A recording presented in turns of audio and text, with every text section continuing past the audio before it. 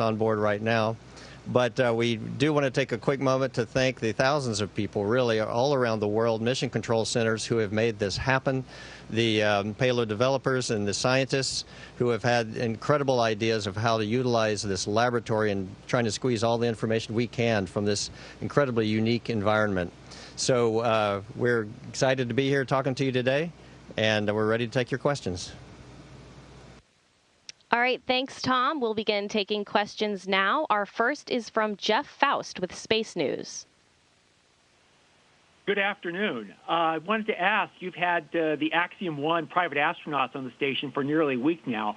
What's it been like sharing the station with them, and have they been good house guests?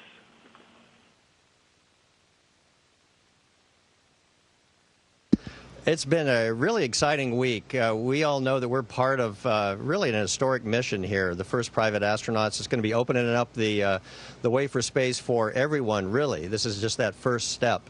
They've also brought with them some incredible hardware. We've been doing some internationally recognized science, and they've been performing that as well. We've had a lot of fun showing them around, showing them how to live and work in the space station. They've been great crewmates. They've been very kind and gracious with us as well. And so it's been a wonderful week. Our next question comes from social media. Matthias, this one's for you. What was your favorite research experiment you worked on? Well, I did lots of science experiments, and like being a material scientist, I really enjoyed being up here and doing almost 100 different experiments or participate in these experiments. But if I can only select one, then I would choose concrete hardening. It's an experiment which is interesting from a material science point of view because we gain a lot of data that we can use later on for simulations on the ground to produce better materials. But it also has a lot of impact and relevance to like a very hot topic that we have currently on our planet Earth. It's climate change. And climate change comes because we have a lot of CO2 production, and the worldwide concrete production produces 7.3% of CO2. So if we can improve this process, reduce the CO2 emissions due to concrete mixing and all the building industry, then we actually have a massive contribution against climate change. And so this is probably the experiment with the highest impact, I would hope. And our next question comes from Marcia Dunn with the Associated Press. Hi. Perhaps for Tom or anyone else who would like to chime in, I wanted to also ask about the Axiom crew. I'm wondering, was it intrusive in any way having 4 guests move in to your home for a whole week, and any safety concerns? And now that you've experienced this, could just about anybody pull off something like that, flying into space and spending a week at the space station? Thank you.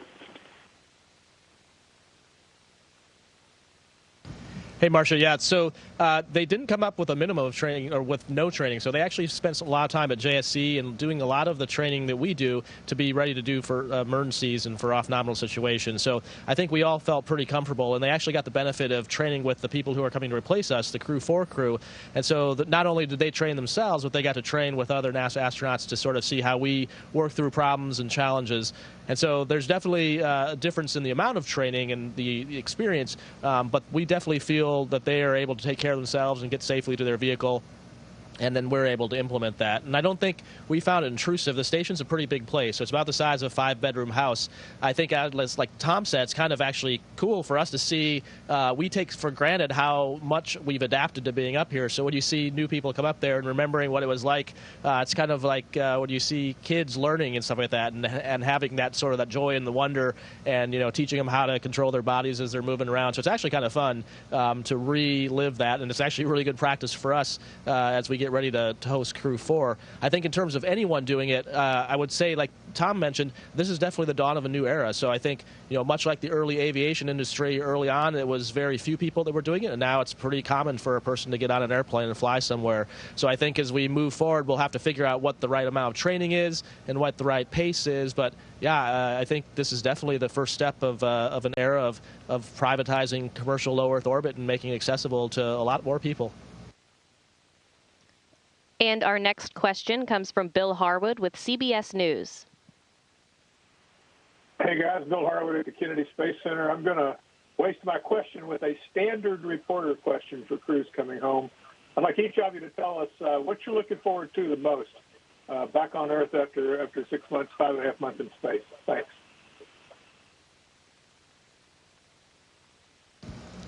I think we're all really looking forward to seeing our loved ones, our family and friends on the ground who were so instrumental in supporting us throughout our lives and getting us to this point, and then, of course, supporting us while we've been up here. So I think first and foremost, that's probably all of our answers. And then, of course, we're starting to think about all the different things we might want to eat and drink when we get home. So I think that's on our minds, too. All right, and our next question. I'll just add a hot bath to that. I think we'd all like that. That does sound nice.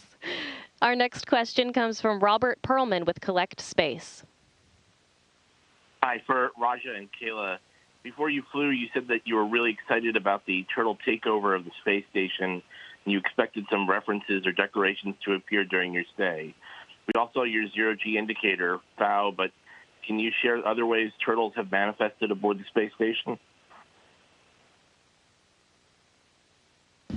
Yeah, it really has been a turtle takeover. Of course, we have FOW, our zero-G indicator.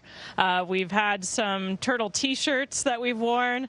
And it's also been really fun to engage with our classmates who are on the ground. A lot of our classmates stay on CAPCOM, or Capsule Communicator and Mission Control, so we get to actually talk to them on the loops for operational comm. That's been really exciting. We had an all-turtle EVA, which was pretty great. Raj and I did a spacewalk together, which was really cool. So we've had a lot of good turtle time, and we are looking forward to welcoming Bob Hines and Jessica Watkins on Crew-4. So we'll have 4 turtles up here. Our next question comes from David Curley with Discovery Channel. Thank you very much. David Curley from Discovery. Kayla, as a rookie, several years wanting to be an astronaut, years training, can you give us a sense of expectations and reality of a long-term stay and a spacewalk? And Raj, like the stash, can you talk about parachutes and the lagging force chute? Do you have any concerns on return? Thank you both.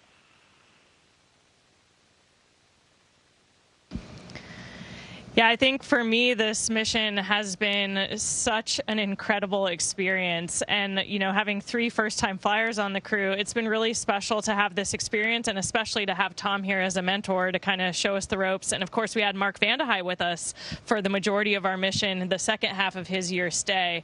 And I have to say, we really feel like we're super well prepared by our training on the ground to experience this, but there's only so much you can prepare for. I think you can intellectualize the experience of living and working in microgravity, but until you experience it, you don't really know what it's going to be like. The spacewalks were absolutely incredible. That was something I was really hoping I would get the chance to do, and we were super lucky because we all got the chance to do a spacewalk during this mission, and that was kind of a crew goal. We didn't know if it would work out because of the scheduling, but we had a fantastic time out there doing some amazing work, looking down at our beautiful planet, and for us, I think that was a really, you know, kind of the ultimate experience to have together, and really valuable developmental for future missions. And when we start to think about things like going back to the moon, doing a moonwalk, I think that's the best way we could have possibly prepared. Yeah, and thanks for asking the question. So the mustache is a tribute to General Olds. So there's an Air Force tradition called Mustache March that goes back to that era. Unfortunately, I was doing spacewalks in March, so I couldn't grow a mustache and not interfere with the comm cap that. But I still owe the Air Force a few weeks, so I'm taking it into April. As far as the shoots, so there's tons of people on the ground that look at reviews, look at that data. One of the good things about having 4 shoots on a system is that you can actually do just fine with 3 of them. So all the lagging shoots we've seen have been within the family of what they'd predict and within the models, and all the nut descent rates have been completely nominal. And so it's all well within the expected behavior. I mean, visually it looks odd when you see it, but it's not totally unexpected. That shoot system is super complicated. But we have total confidence in the system and more importantly in the people who are asking all those questions, looking at the data, the imagery, the models. And so, yeah, we are feeling pretty confident and ready and trustful of the system and ready to go home. Our next question comes from Zach with the Launchpad News. Yes, good morning, Space Station. Back from Edmonton, Canada. Raja, Matthias, and Kayla, this was your first space flight. Could you maybe each share something you found surprisingly easy to adapt to during your long duration stay? Maybe something that was challenging and how you overcame that. Thank you so much.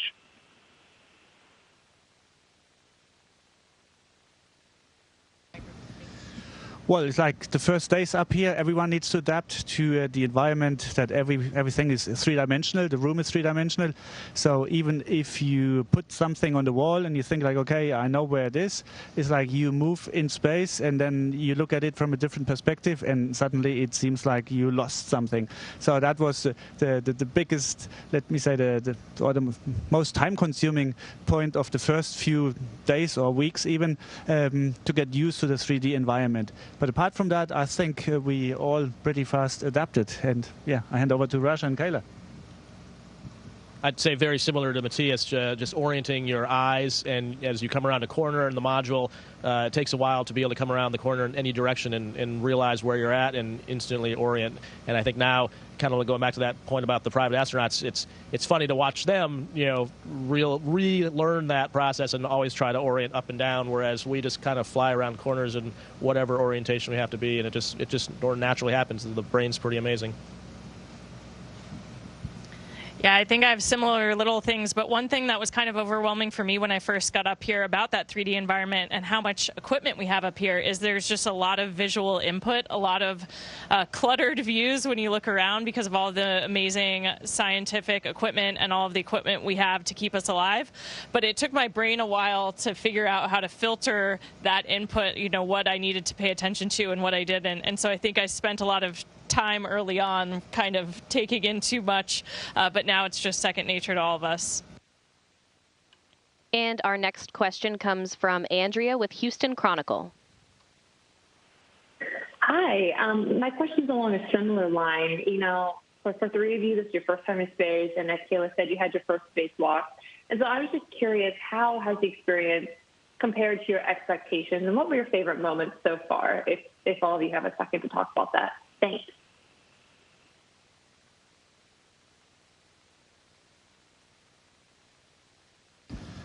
Well, I mean, it's like, if I need to summarize like the highlights of this mission, definitely it's the launch, sitting on the rocket and being like accelerated from 0 to 28,000 kilometers per hour within a few seconds or minutes. And then arriving here on the station, like opening the hatch, it felt like, I know this station, and obviously we all know it because we trained so long for it, but then it was completely new and then we had to discover it. So like exploration inside the space station definitely was also a highlight, and then the spacewalk. It's entering again a completely new world, stepping out of this fabulous station and being out there in space. So these were definitely my three highlights, and hopefully the landing will be the next. I think for me, just the simple act of looking out the window is probably the highlight of up here, and that's something I try to do every day, every night, and whenever I have the opportunity, because it's just something you really want to just relish as much as you can. And so that for me has been the highlight, and far exceeded. I mean, I think I academically understood what it would be to look at the Earth, and you can look at it on a computer, you can look at the HD cams on the NASA feed of what it looks like, but to actually take that in with your eyes, it's pretty overwhelming. I think for me, the most impactful thing has been the opportunity to work not only with our crew, but the amazing flight control teams all around the world. It's an incredibly fulfilling experience to be part of such a mission-driven organization who's accomplishing so much every single day. And when I look back on the things that we've had the honor and privilege to be a part of over the last 5 months, it gives me goosebumps every time I think about it. And this crew is just really special. We all really love each other, and we've had such a fabulous time up here. We, of course, missed Mark. We had 5 months up here with him as well, and just had a phenomenal time enjoying this experience together.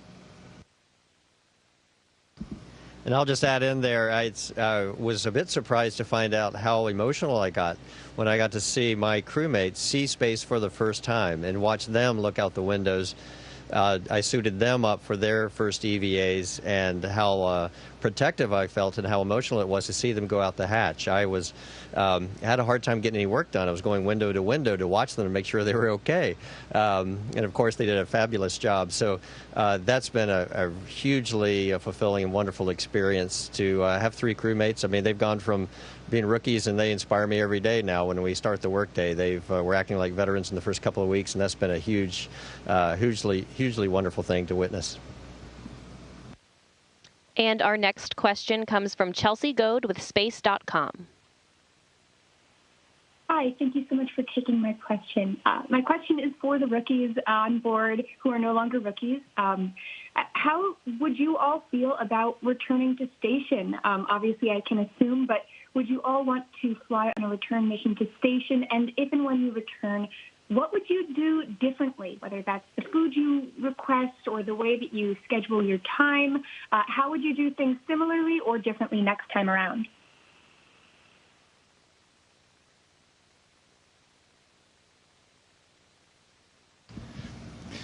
Well, plan my time differently. I think that's difficult because we are all planned for by the ground, and so the ground decides what we are doing and what the activities are. But definitely I would study harder, like geography or our planet or the highlights. Now I've seen the beauty of our planet Earth, and I want to learn so much more. I'm curious, and I also want to visit these places that I've seen from space here, like down on the planet.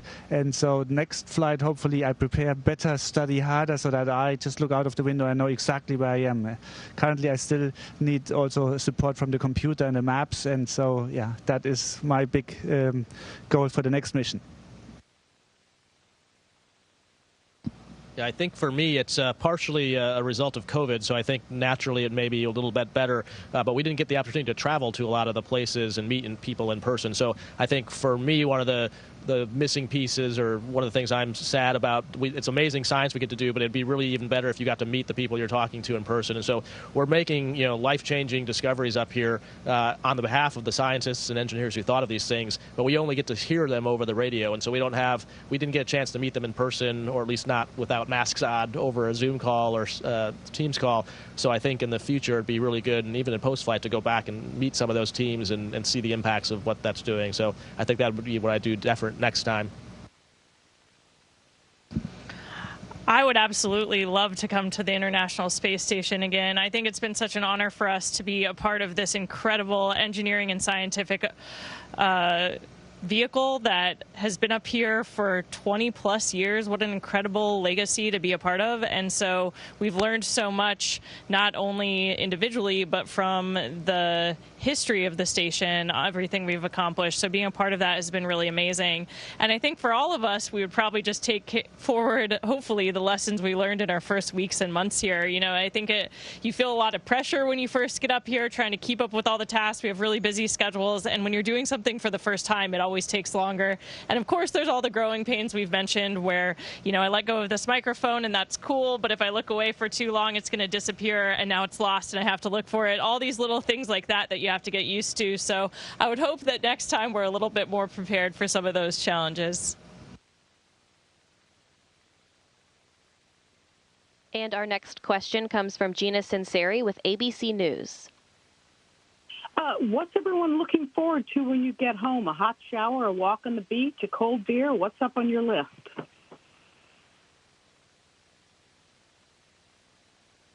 Yes. One thing that in looking out the window, that I miss a lot, I miss our planet. I miss being tucked up under the clouds and feeling the rain that's coming from above and feeling my toes in the sand and the grass. So after I see my family, of course, and have a meal that I've been dreaming of, I'll probably go outside and just feel the wind and feel nature.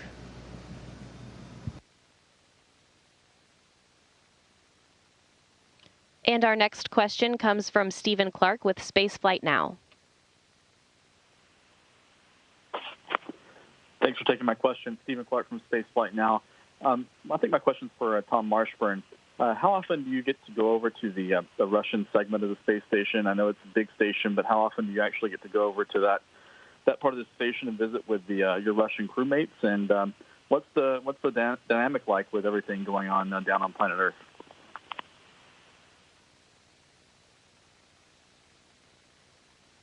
Yeah, actually, it means open traffic between the two areas of the module, the Russian segment and the USOS.